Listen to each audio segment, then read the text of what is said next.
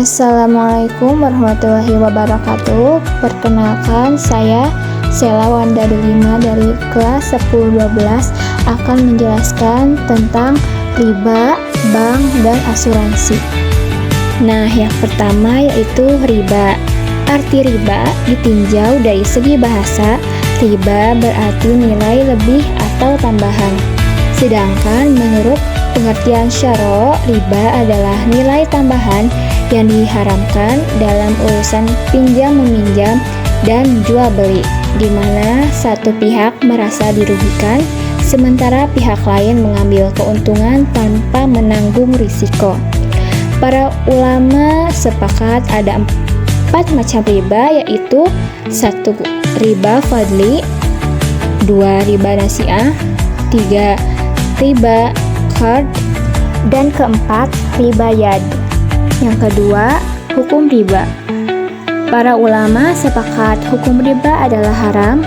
Hukum riba dalam Islam adalah haram, baik dalam transaksi jual beli maupun utang piutang.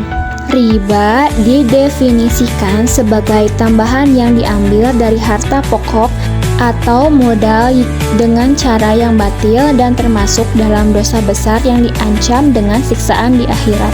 Yang ketiga, hikmah diharamkannya riba. Hikmah diharamkannya riba adalah untuk menjaga keseimbangan ekonomi dan sosial masyarakat, mencegah terjadinya penindasan dan eksploitasi, serta menghindari pertentangan dan permusuhan antar individu. Pengharaman riba juga dimaksudkan untuk menjauhkan manusia dari sifat serakah dan tamak serta mendorong terciptanya lingkungan ekonomi yang adil dan transparan. Nah, yang sebelumnya saya jelaskan tentang riba, dan berikutnya pembahasan kedua yaitu arti dari bank. Bank adalah lembaga keuangan yang menghimpun dana dari masyarakat dalam bentuk simpanan dan menyalurkannya kembali dalam bentuk pinjaman atau kredit, serta menyediakan berbagai layanan keuangan lainnya. Yang kedua yaitu tujuan bank. Tujuan utama bank adalah untuk menghimpun dan menyalurkan dana masyarakat serta menunjang pelaksanaan pembangunan nasional. Yang ketiga, fungsi bank. Fungsi utama bank adalah menghimpun dana dari masyarakat dan menyalurkannya kembali kepada masyarakat dalam bentuk pinjaman atau kredit. Yang keempat adalah Bank Islam. Bank Islam atau juga dikenal sebagai bank syariah adalah lembaga keuangan yang beroperasi berdasarkan prinsip-prinsip syariah Islam. Dan yang kelima, hukum bunga bank konvensional. Mayoritas ulama berpendapat bahwa bunga bank termasuk riba yang diharamkan karena dianggap sebagai tambahan yang batil dalam transaksi pinjam-meminjam. Namun, ada juga sebagian ulama yang berpendapat bahwa bunga bank diperbolehkan, terutama jika tidak ada unsur eksploitasi dan ada manfaat bagi kedua belah pihak. Selanjutnya, kita ke pembahasan yang ketiga, yaitu yang terakhir. Nah, di sini saya menjelaskan pengertian asuransi. Asuransi ialah suatu perjanjian antara seseorang yang mempertanggungjawabkan sesuatu dengan seseorang penanggung atau asurator. Yang kedua, tujuan asuransi.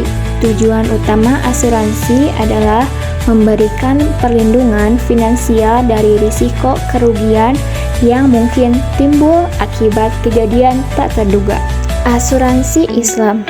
Asuransi takaful atau asuransi Islam adalah asuransi yang beroperasi berdasarkan prinsip-prinsip syariah Islam yang menekankan pada gotong royong dan saling menanggung risiko di antara para peserta. Alhamdulillah, pembahasan yang saya jelaskan sudah selesai. Untuk itu, ini kesimpulannya. Kesimpulan mengenai bank riba dan asuransi adalah bahwa dalam perspektif ekonomi Islam, bank yang beroperasi dengan sistem bunga dianggap mengandung unsur riba yang diharamkan. Sementara asuransi konvensional juga dipandang bermasalah karena mengandung unsur gharar atau ketidakjelasan dan maisir atau perjudian. Sekian dari saya atas pembahasan tentang riba, bank, dan asuransi. Mohon maaf apabila ada kesalahan.